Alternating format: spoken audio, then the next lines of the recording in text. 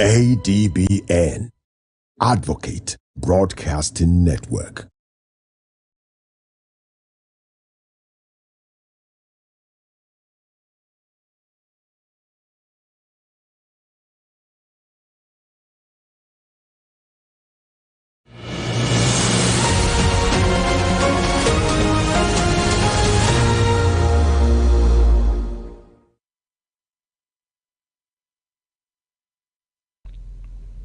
This is ADBN News. The headlines. Federal government unveils $550 million upstream gas project for Ubeta field development aimed at enhanced energy security. While National Emergency Management Agency, state government implements emergency measures as cholera claims 7 lives in Adamawa. Humanitarian relief continue for Maiduguri flood victims as United Nations pledges $6 million aid. And on the foreign scene, United Nations mission issues movement advisory as gunmen attack Mali military police base, leading to temporary airport shutdown. In sports, Nigeria Premier Football League reschedules match day 3 fixtures amid continental engagements. Good evening and welcome. I am Chijoke Okafo, and now the news in detail. The presidency has disclosed the launch of a $550 million upstream gas project between the Nigerian National Petroleum Corporation Limited and Total Energies for the development of the Ubeta field. Special advisor to the President on Energy, Olu Vehejen, revealed these at the inaugural U.S.-Nigeria Strategic Energy Dialogue hosted by the U.S. State Department in Washington, D.C. During a luncheon held as part of the dialogue, Verhegen stated that the new gas project is expected to produce 350 million standard cubic feet of gas per day once fully operational.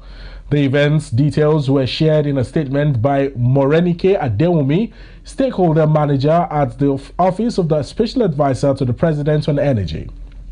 Now, Verhegen highlighted that President Bola Tinubu's major energy reforms introduced since June 2023 are aimed at enhancing energy security, attracting investments, and strengthening collaborations with key partners, including the U.S. government. These reforms are designed to boost the viability of Nigeria's gas-to-power value chain and include initiatives to improve cash flow in electricity distribution. She also acknowledged the support of financial and technical partners such as the U.S. government, the World Bank, and the African Development Bank in expanding electricity access and reliability through both off-grid and off-grid solutions. She expressed optimism about the future of Nigeria's energy sector, particularly with the renewed emphasis on gas as a transition fuel to meet the country's energy goals. Elsewhere now, Lagos State Governor Mr. Babajide Sanwo-Olu has reaffirmed his administration's dedication to enhancing collaboration with the People's Republic of China in critical sectors such as renewable energy, healthcare, and education.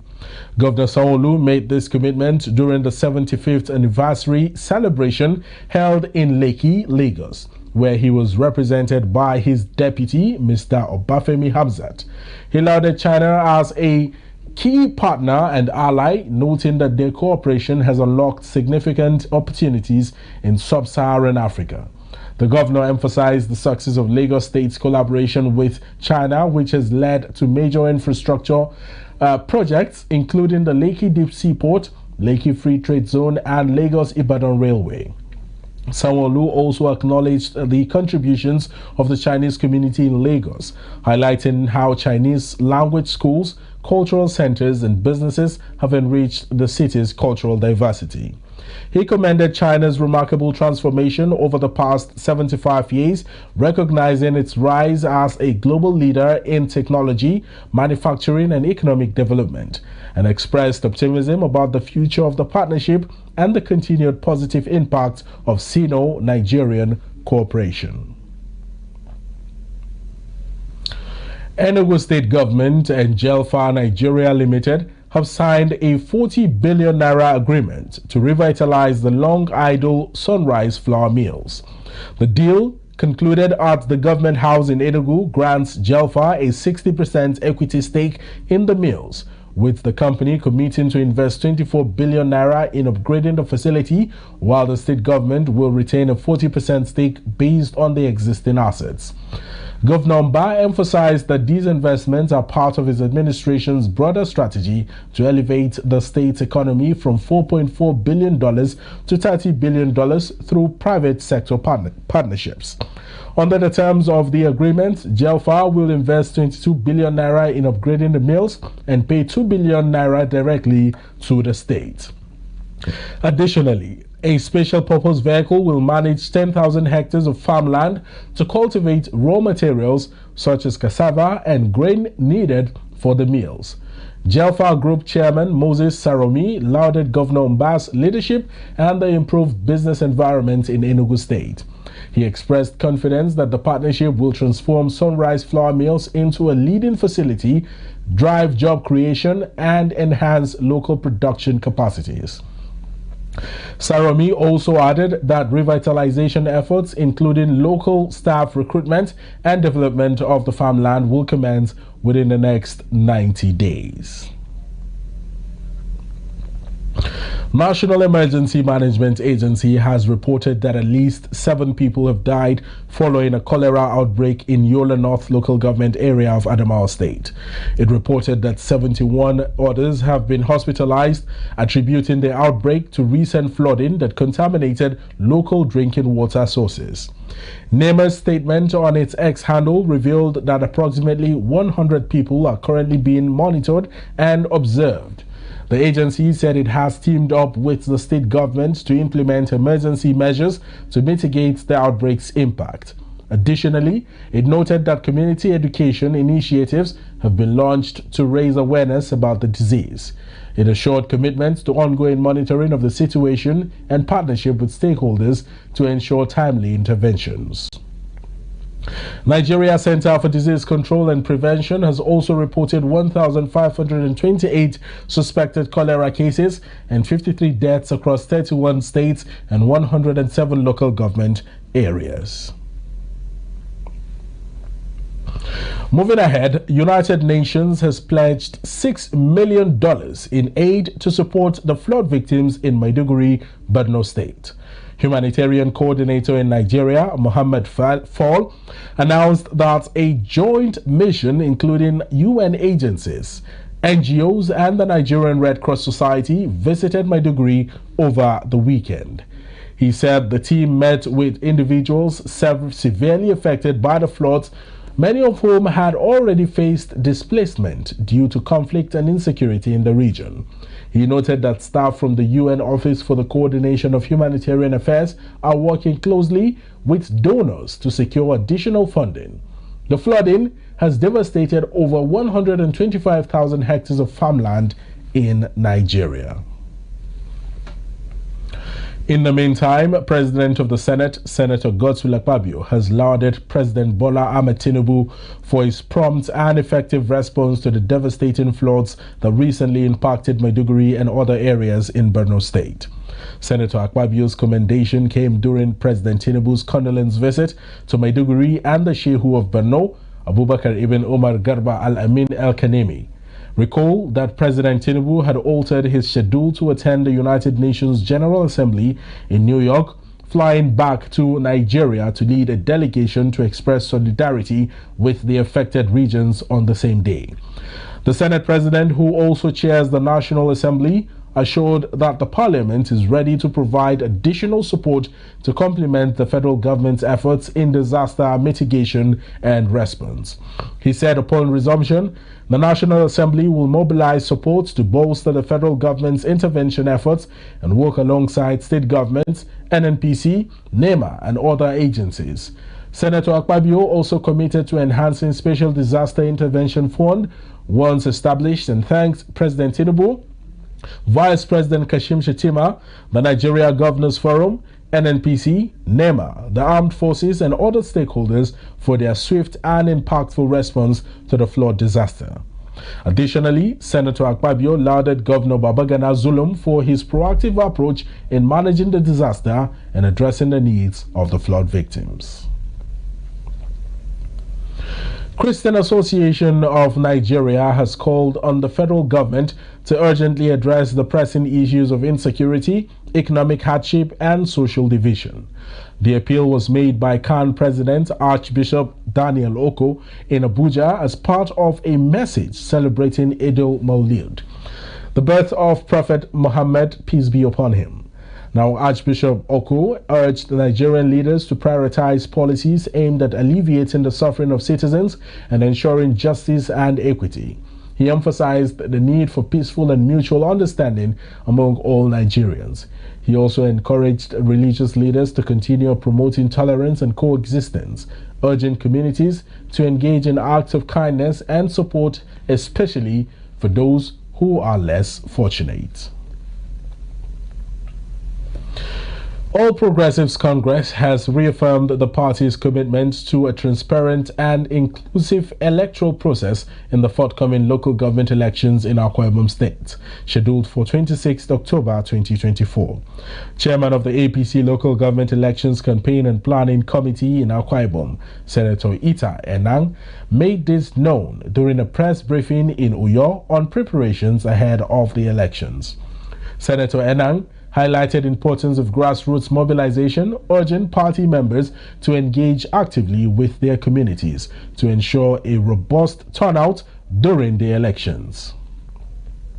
Now, regarding the recognition of polling units designated by either INEC or AKISIEC, member representing Ikot Ekpene Esien Udim Obot Akara Federal Constituency in the National Assembly, Honorable Patrick Omo, stated that the APC will conduct elections at any locations designated for voting across the state. Now, he urged all members to set aside personal differences and work together towards the shared goal of securing victory for the APC in Akwa Ibom State. Director General, National Youth Service Corps, NYSC, Brigadier General Y.D. Ahmed, has implored corps members to embrace their postings and swiftly focus on nation building at their assigned locations. General Ahmed made this statement at the 2024 Batch B Stream 2 orientation course closing ceremony at the NYSC orientation camp in Kefi, Nasarawa State. The NYSC boss, in a statement by the Acting Director, Information and Public Relations, Mrs. Caroline Embo, emphasized that corps members should provide selfless service as patriotic role models to Nigerian youth during their service year. The Director General assured corps members of his administration's commitment to their security and welfare, urging them to follow basic security measures to protect themselves.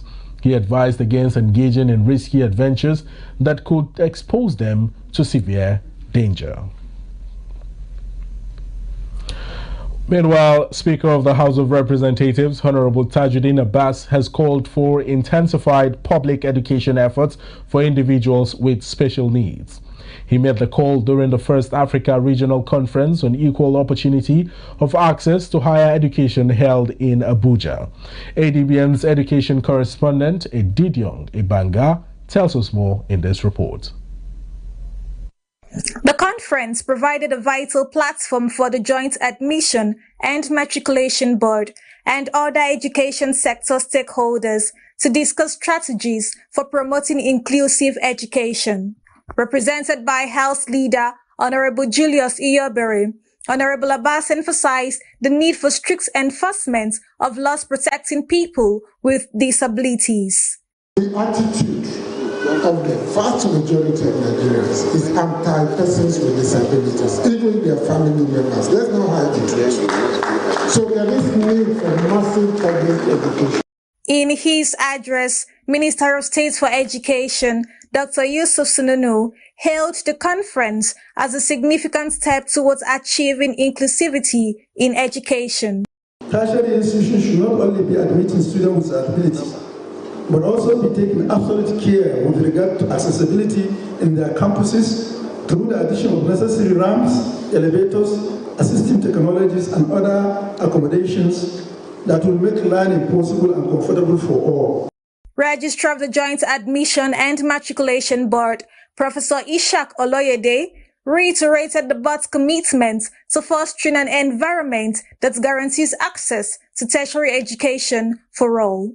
To further support candidates with disabilities, but those who have 5 credits in SSCE, we have, in addition to paying other charges of theirs, provided application document for them free of charge. President of the National Association for Persons with Disabilities, Mr. Abdullahi Usman, praised JAMB's efforts and appealed to the federal government to consider adopting Nigerian Sign Language as the country's second official language. A feeling for the government to put the sign language to be the second language in Nigeria, so that our heart impairment also will be fully part of the Nigerian community. The conference highlighted the critical role of education in personal development and emphasized the collective responsibility to ensure that everyone, regardless of their abilities, has access to higher education. Didion Ibanga, Adbn News. You're welcome back. You're watching Adbn News at 7. Remember, you can watch us on DSTV channel 258, on StarTimes channel 140, Avo TV app, Limex World TV app, and Niger TV app. For more stories, visit our website on www.adbntv.com. Stay with us for more stories coming up after this break. Welcome to the world where innovation meets opportunity, where ideas become empires. This is Market TV.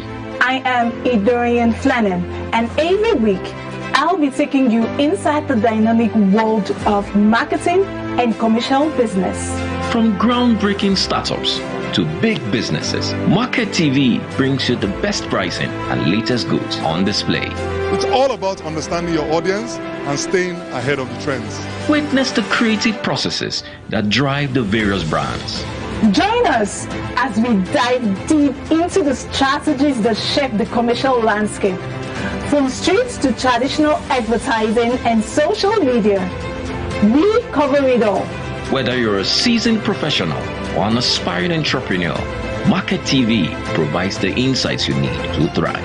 This show gave us the tool to turn our vision into reality. So, if you're ready to master the market, tune into Market TV every Saturday at 6 p.m.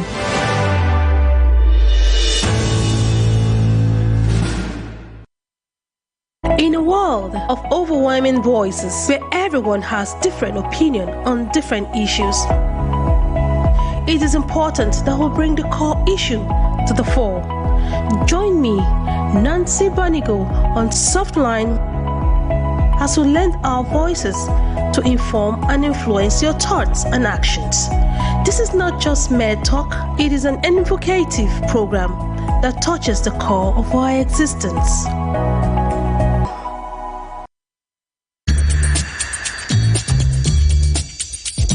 No matter wetin I see, enough fit make mouth heavy to talk am. That's now why people dey talk. You know wetin dey worry you, but you no go fit take help yourself.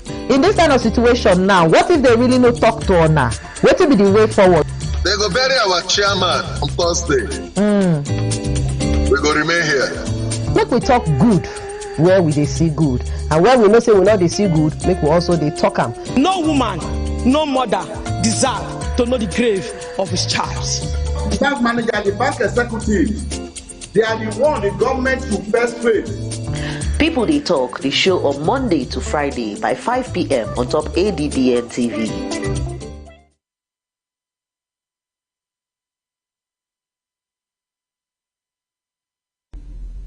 You're welcome back. Moving on, Akwa Ibom Police Command has welcomed CP Joseph Eribo as its 33rd Commissioner of Police.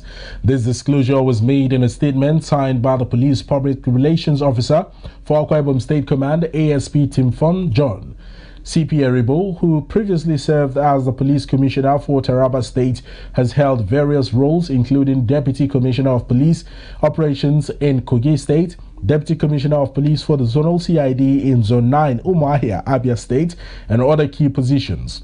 Akwa Ibom State Police Command is calling on all stakeholders to collaborate and support the new commissioner in maintaining a safe and secure environment for all. Minister of Interior Mr. Olubunmi Tunji-Ojo has urged implementation of individual and corporate identity management systems as a critical strategy in the fight against terrorism financing in Nigeria. He made this call during the opening of a 3-day national training workshop on counter-terrorism financing in Abuja. Adbn's correspondent Fumilola Ademi brings us details.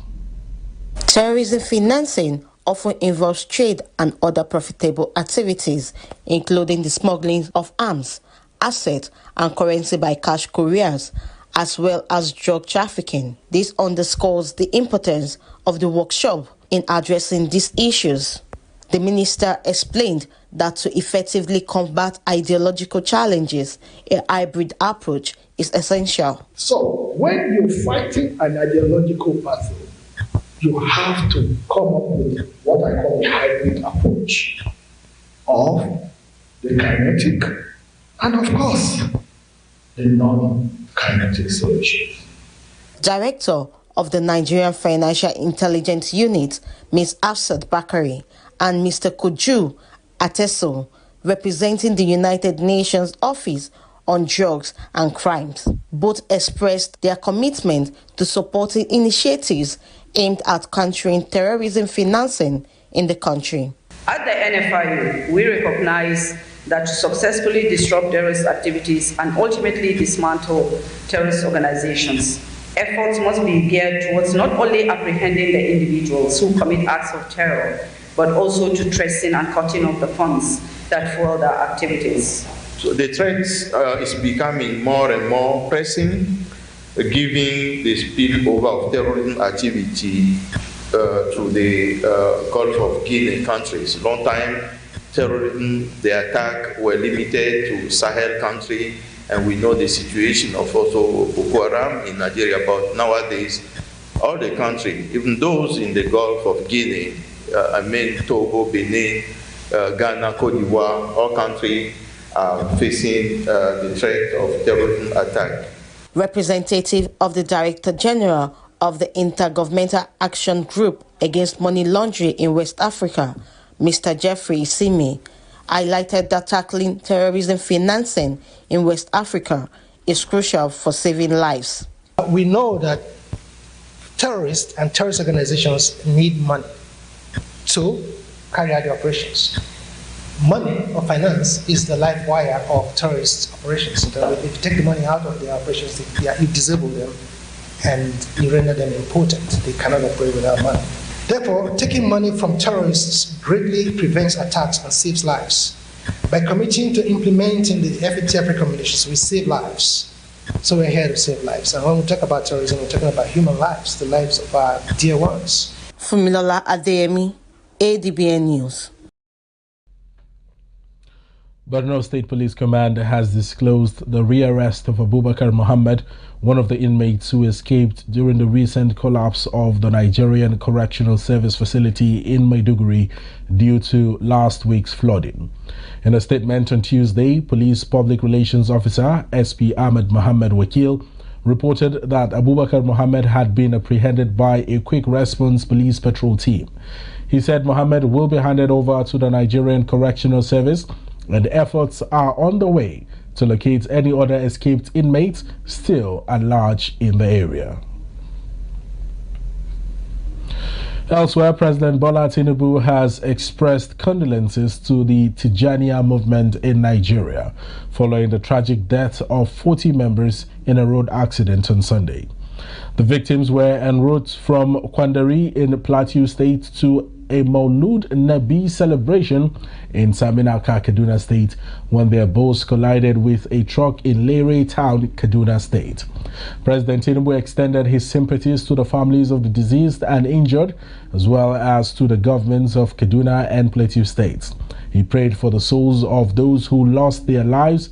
In response to the tragedy, President Tinubu has directed the Federal Road Safety Commission to enhance highway monitoring and work towards reducing incidents of road accidents across the country. Meanwhile, 5 people have been killed by assailants in the Mbar community of the Bokos local government area in Plateau State, north-central Nigeria. According to a press statement from the Bokos Cultural Development Council, Vanguard, signed by Chairman Mr. Farmasung Fudang, the attack occurred on Saturday night while a group of youths were traveling within the local government area. The statement revealed that the unarmed youths were ambushed by fleeing terrorists on motorcycles as they were traveling from Umbar town to Ko village via a bypass around Yelwa Nono village. The terrorists, who had initially been driven away by the military from surrounding mountains, launched the attack as the youths were en route. The group condemned the assault, noting that it resulted in the deaths of 5 innocent young men despite prior intelligence about the presence of suspected terrorists in the area. They also expressed concerns about the continued unprovoked attacks, which they view as deliberate attempts to force local residents from their ancestral homes and seize their land. The group requested to be more actively involved in addressing the threats in their area, suggesting a collaborative approach with security forces similar to the Civilian Joint Task Force in the Northeast and Northwest regions. Bokos Local Government Council, led by Director of Personnel Management, Loyi, confirmed the incident and visited the victim families, assuring them that security measures will be strengthened in the local government area. Now, at least 3 people have been killed and several others kidnapped by bandits who attacked 2 churches in the Bakinpa Maro local government area. Well, we will bring you this report in subsequent bulletins. Well, moving ahead with the report, witnesses reported that the assault took place on Sunday morning when the bandits in large numbers invaded the Ekwa and Catholic churches during services. A former chairman of Kajuru local government area, Mr. Karfa Kaino, revealed that the bandits abducted 30 individuals, including Pastor Bernard Gejere from both churches. Kaduna State Police Command spokesman ASP Mansir Hassan confirmed the deaths and noted that the exact number of those kidnapped is still being determined. He added that the police, in coordination with other agencies, have launched a manhunt to apprehend the bandits and rescue the abducted victims safely.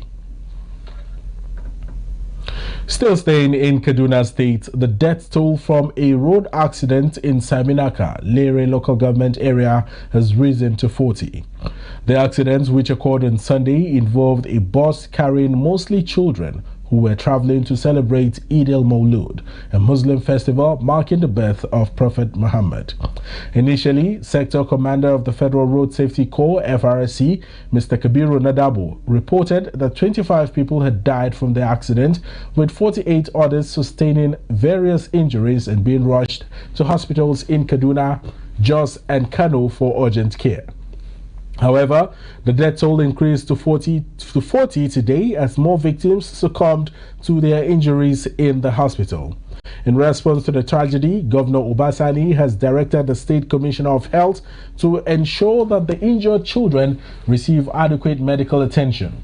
The governor expressed his deep sorrow over the incident and pledged to offer support to the families of the deceased. Meanwhile, the victims' remains have been buried in the Lere local government area in accordance with Islamic burial traditions. National Emergency Management Agency has reported that 5 individuals have been rescued and 9 bodies recovered following a boat incident on Sunday in the Mashayar Yandaga River in Gumi local government area of Zamfara State. NEMA stated that the boat, which was carrying over 40 passengers and crew, capsized due to overload and strong river currents. According to a statement from the agency's head of press unit, Manzo Ezekiel, local divers and fishermen have been mobilized for rescue operations. Now, NEMA Director General Mrs.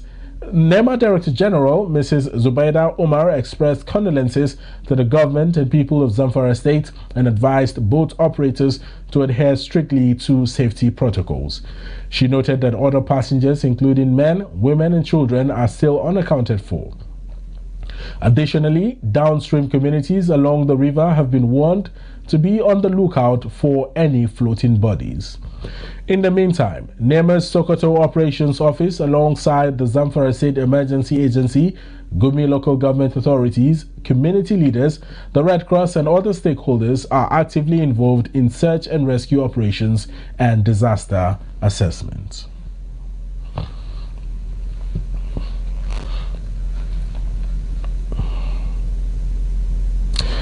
Akwa Ibom State Governor Pastor Omeno has condoled with the family of the late State Commissioner of Police CP Wahid Adedamola Ayurala.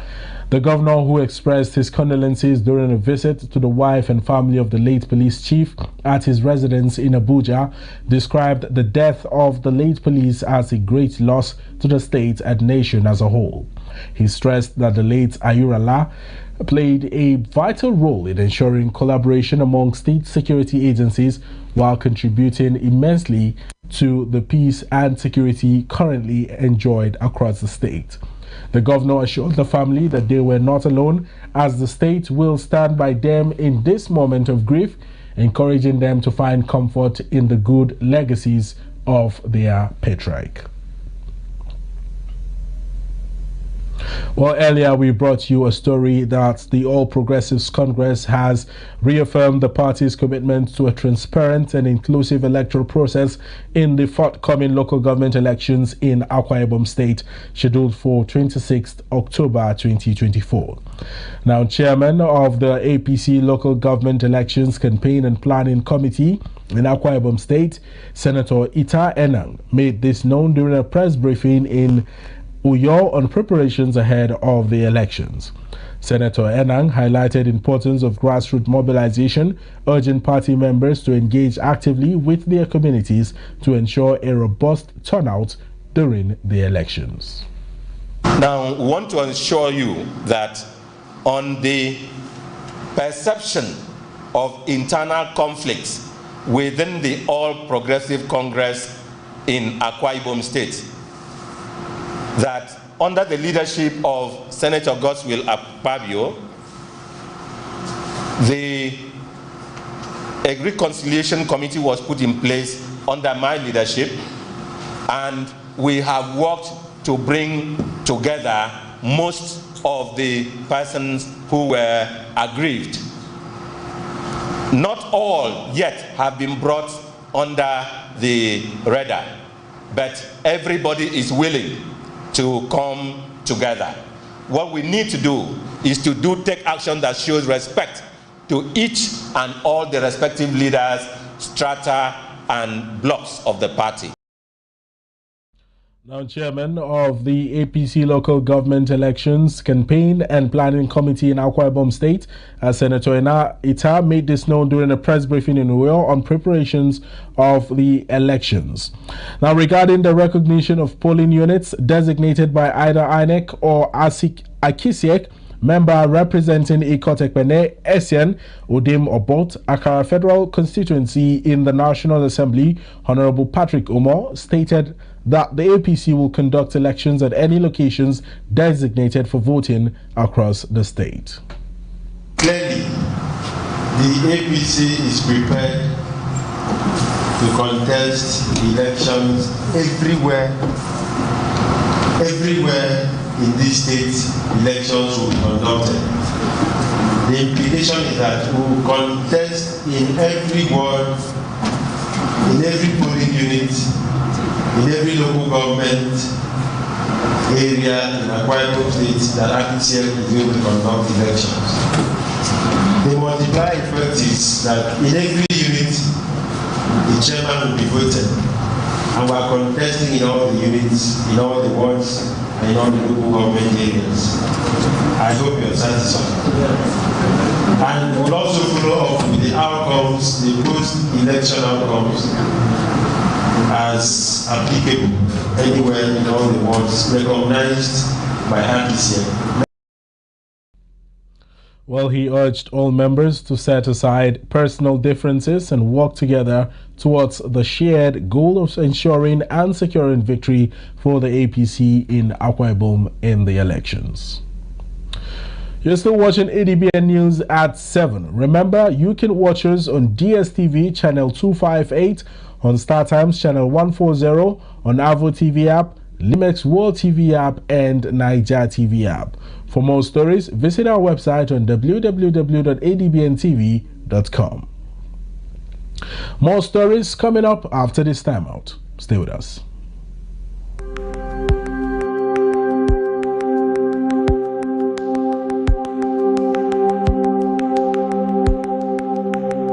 Welcome to the Niger Delta, a region of incredible beauty and stark contrast. From its breathtaking landscapes to its rich cultural heritage, this is a place where history and modernity collide. But beneath this serene surface lies a story of struggle and resilience. The Niger Delta is the lifeblood of Nigeria's economy, home to vast oil reserves that fuel the nation, yet it is a land where the people fight for their share of the wealth. Join us on the program Niger Delta Today as we explore the heart of the Niger Delta, discover the vibrant cultures, the struggles for environmental justice, and the stories of the people who call this place home. This is the Niger Delta, a land of contrast, a story of resilience, a journey of hope. Don't miss our exclusive series, Niger Delta Today, every day at 12 noon, only on ADBN TV. Witness the untold stories, experience the journey, be part of the change.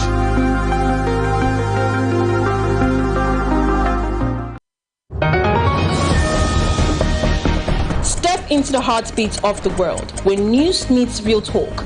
From breakthroughs in diplomacy to humanitarian challenges and scientific milestones, Global Digest takes you beyond the headlines and straight to the heart of the matter.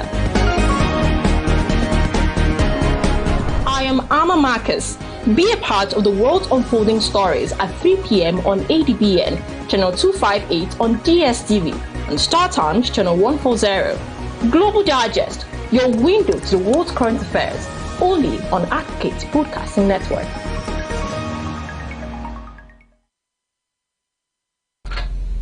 You're welcome back. Turning to the international scene, early this morning, gunmen attacked a military police base in the Malian capital, Bamako, prompting a closure of the airport. Reports indicate that gunfire and explosions erupted around 5 a.m. with black smoke visible near the airport. A police source confirmed that the area has been affected by heavy gunfire and explosions, while an airport official said Bamako Airport is temporarily closed due to the situation, though the duration of the closure is not specified. A witness reported being trapped with other worshippers in a mosque nearby during early morning prayers.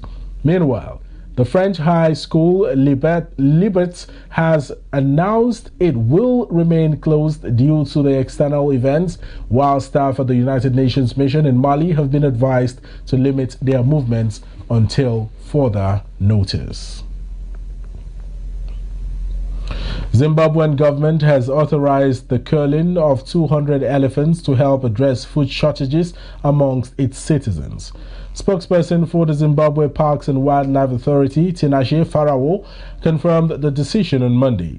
Farawo highlighted the escalating conflict between elephants and humans, exacerbated by severe droughts and resulting food insecurity.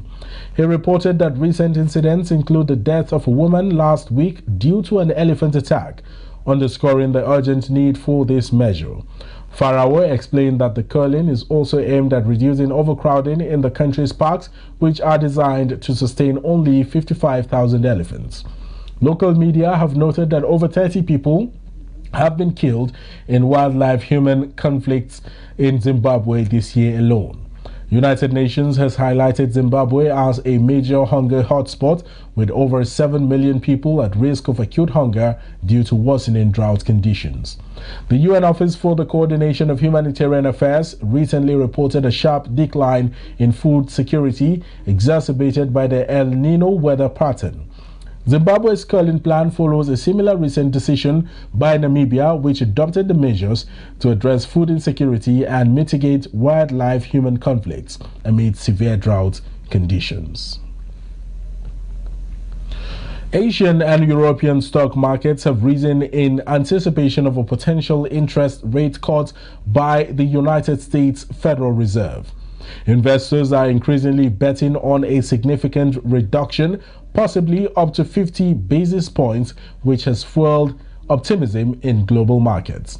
In Asia, most markets experienced gains, with currencies such as the Malaysian ringgit and Indonesian rupiah strengthening against a weaker dollar. However, China's Nikkei index faced losses due to the yen's appreciation, which negatively affected exporters. In Europe, stocks climbed as data suggested the Federal Reserve is making progress in its fight against inflation, heightening hopes for a rate cut. Now, recent bets on the Federal slashing borrowing costs by as much as half a percentage point have surged, with analysts speculating that officials might front-load a series of reductions. The dollar has weakened, falling below 140 yen on Monday for the first time since summer 2023, and also declined against other major currencies.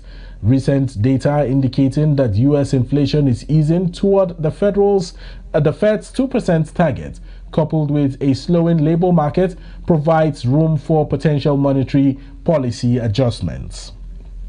Fed Chairman Jerome Powell has hinted at upcoming rate cuts, but there is ongoing debate about whether the reduction will be 25 or 50% basis points.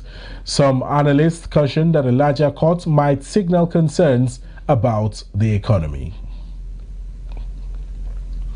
Russian Foreign Ministry has disclosed that 2 Chinese Coast Guard ships have arrived in Russia's Far East for a series of joint drills and patrols with Russian forces.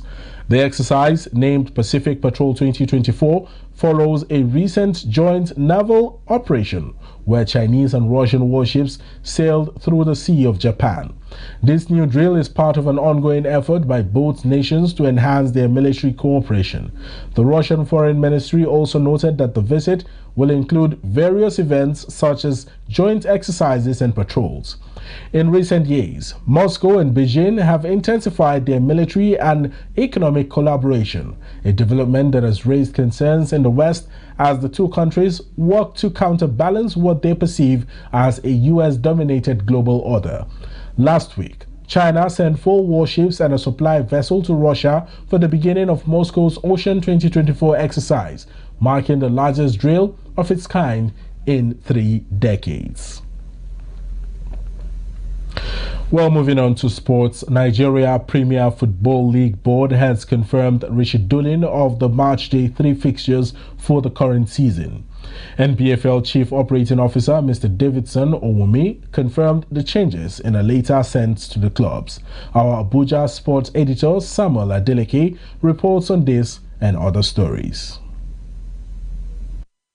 According to the revised schedule, the match between Enyimba of Aba and Akwa United, as well as the fixture between Rangers International of Enugu and Bayelsa United, originally set for this weekend, has been moved to Wednesday, 2nd October. This adjustment is due to the continental commitments of Enyimba and Rangers. Additionally, the league has confirmed that Lobby Stars will host Rivers United in Lafia on Saturday, 21st September. On the same day, Nasarawa United will face Academy Warriors of Maiduguri. Fixtures scheduled for Sunday, 22nd September include league leaders Remo Stars taking on second-placed Kano Pillars, while Katsina United will visit Atland of Owerri, among other matches. In other sporting news, Liverpool manager Arne Slot has expressed admiration for AC Milan but remains confident as his team prepares for their opening UEFA Champions League match at the San Siro Stadium on Tuesday night. Liverpool and Milan, two of the most storied clubs in the history of the competition, will clash in their first match of the newly formatted UEFA Champions League. Milan enters the game following a commanding 4-0 victory over Venezia, while Liverpool experienced an unexpected 1-0 defeat at home to Nottingham Forest over the weekend.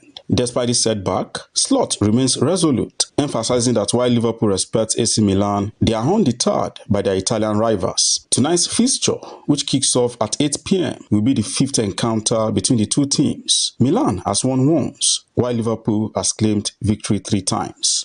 Away from football, Zimbabwe's two-time Olympic gold medalist, Christy Coventry, is making a groundbreaking bid to become the next president of the International Olympic Committee. If elected, she will become the first woman to hold the position in the IOC's 130-year history. The IOC has released the list of candidates for the role, with Coventry standing out as the only female contender among 6 male candidates. All candidates have submitted their letters of intent in advance of the election, scheduled to take place from 18th to 21st March 2025 in Greece. Samuel Adeleke, Adbn Television News. Well, thank you to Samuel Adeleke for those timely updates. That's it on Adbn TV News tonight. Remember to watch us live on DSTV channel 258, on StarTimes channel 140, Avo TV app, Limex World TV app, and Niger TV app. For more stories, visit our website on www.adbntv.com. You can also watch us live from every part of the world by logging on to www.adbntv.com/live. I am Chijoke Okafo. Many thanks for watching and have a good evening.